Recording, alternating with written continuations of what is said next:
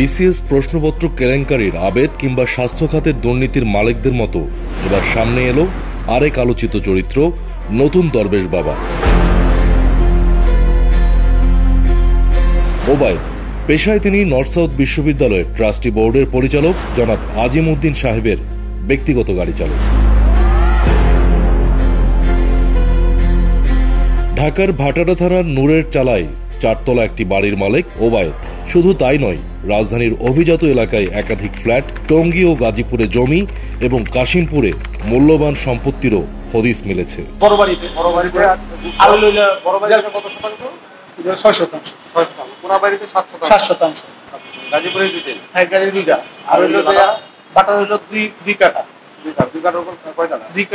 এখন বর্তমানে 3 সহ কিনছে।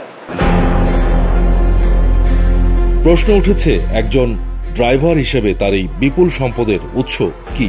বিশ্ববিদ্যালয়ের জমি ক্রয় থেকে কমিশন, ভর্তি বাণিজ্য সহ বিভিন্ন অবৈধ কর্মকাণ্ডের সঙ্গে ওবায়দের জড়িত থাকার অভিযোগ উঠেছে। সূত্র বলছে, একটি বড় সিন্ডিকেটের অংশ তিনি।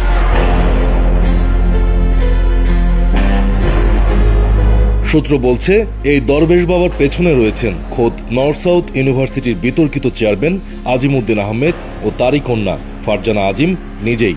নর্থ সাউথ বিশ্ববিদ্যালয় ক্যাম্পাসের জমি কেনা বাবদ অতিরিক্ত 303 কোটি 82 লাখ টাকা থেকে কমিশনের একটি অংশ যায় ড্রাইভার ওবায়দের পকেটেও। তার সেই স্বীকারোক্তি গোপন ক্যামেরায় ধারণ করে ভোরের পাতা।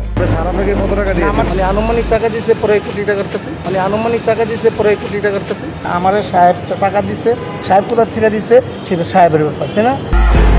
এ বিষয়ে বিশ্ববিদ্যালয়ের ট্রাস্টি বোর্ডের চেয়ারম্যান আজিম সহ 6 জনের বিরুদ্ধে 2022 সালের 5 মে মামলা করে দুদক। এজাহারে বলা হয়, নর্থ সাউথ বিশ্ববিদ্যালয়ের সিন্ডিকেট বিশ্ববিদ্যালয় মঞ্জুরি কমিশন এবং শিক্ষা মন্ত্রণালয়কে পাশ কাটিয়ে ট্রাস্টি বোর্ডের কয়েকজন সদস্যের অনুমোদন সম্মতির মাধ্যমে ক্যাম্পাস উন্নয়নের নামে 9096.88 ডেসিমেল জমির দাম 303 কোটি 82 লাখ 13,497 টাকা বেশি দেখিয়ে তা আত্মসাৎ করা হয়েছে।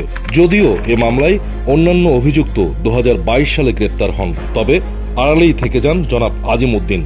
রাজনৈতিক প্রভাব খাটিয়ে গ্রেপ্তার এড়াতে সক্ষম হন তিনি। এছাড়াও মিসেস ফারজানা আজিমের বিরুদ্ধে প্রায় 3000 কোটি টাকারও বেশি অর্থ পাচারের গুরুতর অভিযোগ রয়েছে। জানা গেছে, তিনি দুবাই, সংযুক্ত আরব আমিরাত ও কানাডায় এই অর্থ পাচার করেছেন। কানাডায় তার ছেলে বসবাস করে এবং তিনি অ্যাডভোকেট তৌফিকা করিমের ব্যবসায়িক অংশীদার, যিনি আবার সাবেক আইনমন্ত্রী আনিসুল হকের ঘনিষ্ঠ সহযোগী ছিলেন।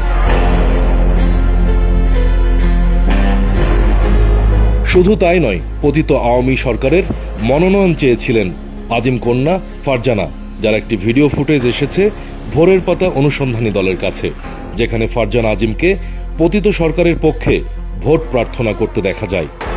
আজকের মতো এখানে আমাদের সমাবেশ শেষ করছি, অনুষ্ঠানের সমাপ্তি ঘোষণা করছি। সবাই এসছেন, আবার সবাইকে ধন্যবাদ। আপনারা সবাই আমার 7 তারিখে যাবেন, আমার মামা দিনাজপুর চৌধুরীকে আপনারা সবাই ভোটটা দিবেন এবং আপনারা ইনশাআল্লাহ সবাই ভালো থাকবেন। জয় বাংলা, জয় বঙ্গবন্ধু।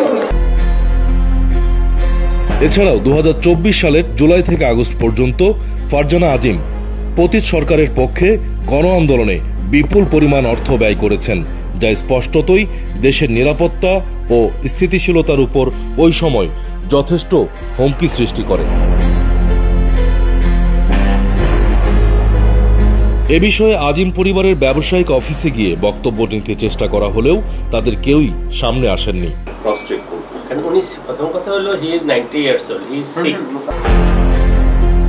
এত অনিয়ম অভিযোগ যাদের বিরুদ্ধে, সেই পতিত সরকারের প্রমাণিত দোষর আজিম পরিবার দেশের পরিবর্তিত পরিস্থিতিতে এসেও কিভাবে এখনো সদরূপে ঘুরে বেড়াচ্ছে, তা দেশের সচেতন মহলে যথেষ্ট বিস্ময়ের সৃষ্টি করেছে। অবিলম্বে ড্রাইভার ওবায়দ সহ আজিম পরিবারের বিরুদ্ধে যথাযথ পদক্ষেপ নেওয়ার জোর দাবি জানান তারা। সুজন বর্মন, ভোরের পাতা।